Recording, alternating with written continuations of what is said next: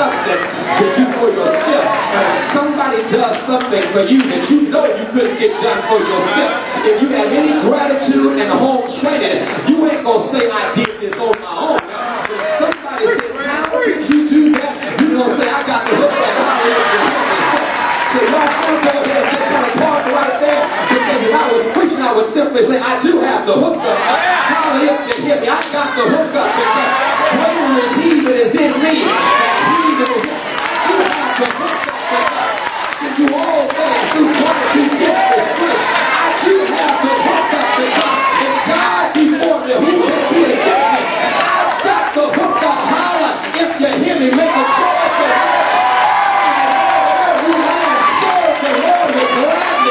Is there anybody here with the hook up? God hooked me up. On Calvary, 2,000 years ago. God hooked me up. When Jesus got up, I got the hook up. Holler if you hear me. Wait, I didn't even do that.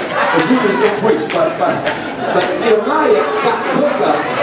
And Nehemiah says, I do have the hook up, but I'm going to use my hook up to hook up those who are unhooked.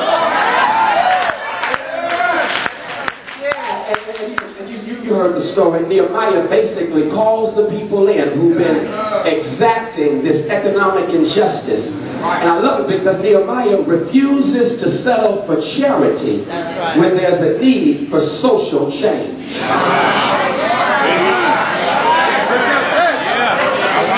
A lot of us comfort our consciences by giving a handout.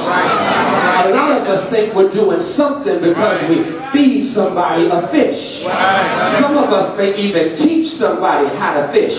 But that ain't enough, because if they learn how to fish, but the lake where they fish is poisoned by toxins because of environmental injustice, then sadly you have not done all that you need to do. Do you not know that Moses, we celebrate Moses, Moses engaged in social change, not benevolence. When he told Pharaoh, let my people go, he didn't go tell Pharaoh, Pharaoh, would you please give my people some more food? No. Pharaoh had to change the social situation. Why? Because Moses had a ministry about social change. We must fight and advocate for a just public policy. We celebrate every year Martin Luther King Jr. And we talked about how he had a dream. He didn't get killed for dreaming. Martin Luther King Jr. had a ministry that basically advocated for public policy and social change. And because of Dr. King and those who understood the need for prophetic ministry that makes a difference, we got the 64 Civil Rights Act, the 65 Voting Rights Act. The nation changed because his ministry of prophecy said, I'm going to not speak into your life, I'm going to change the situation to hold your life down and keep you back. Well, I've held y'all too long. Let me go ahead and bring it on so we can hear really. Here it is. I'm a Kurt across the field, really. In the final analysis, the text puts it like this, and that is, whenever you use your hook up to hook others up, no, let me give it to you like this. Whenever you do others a favor, God will bless you with favor. You can't be God-given no matter how you try. The more you give, the more God will give to you. Nehemiah at the end says, God, please remember me with favor for all the good I've done for your people.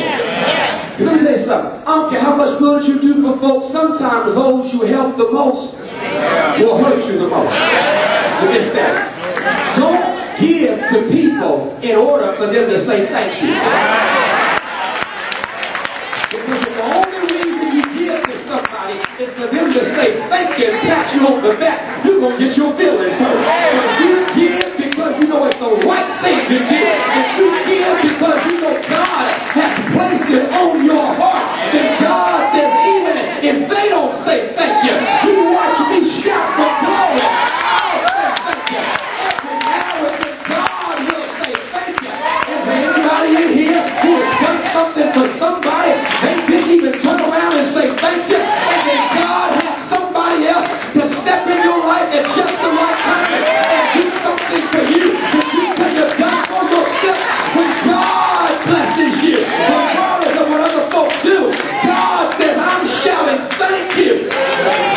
what others may not do. I guess I'll leave you with this because y'all not getting this like I need you to. Check this. I was in L.A. Jarvis preaching back in April. A brother came up to me afterwards and said, I got to give you my testimony. I said, what is it? He said, see, I'm from San Francisco. I'm living down here in L.A. now. And I said, okay, what you doing? He said, I'm working on staff at the boys club. I said, oh, that's really good. He said, well, you don't know how I got here. He said, I came down here to go to school. I'm going to school. I'm working. My mama's a single parent. Father ain't been around all my life. And so I'm doing the best I can. I'm going to school and I'm working. And then I decide through my church to get involved in ministry. My mama's real proud of me and says, son, don't you ever forget it. He that gives to the poor and lendeth to the Lord. And so I said, Mama, that's a good thing because I'm a big brother and I'm serving these young boys as a mentor. When all of a sudden one day I get home to my apartment and I discover that there are 3 envelopes waiting on me. The first envelope is an eviction notice saying I'm being evicted.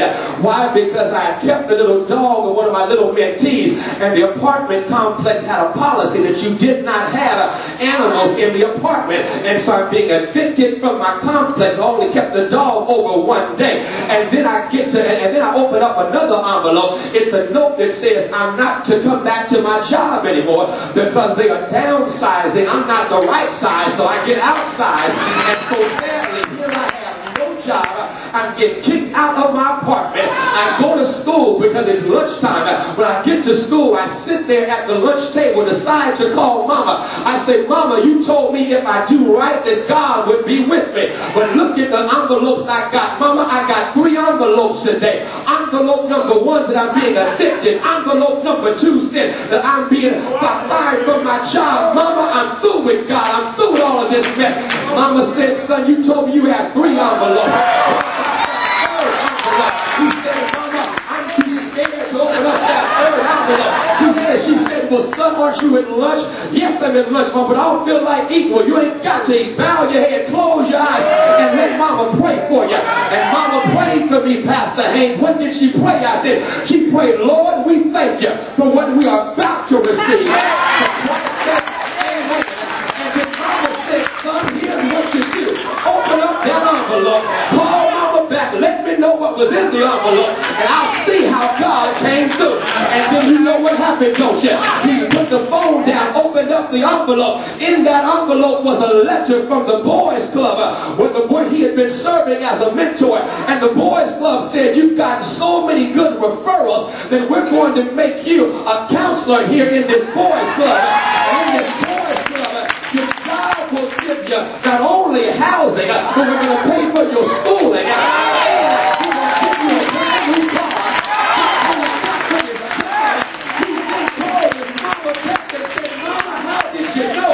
Mama said, son, I pray for you. And whenever you do right by God, God will raise up things for you. God will open doors for you. God will make a way.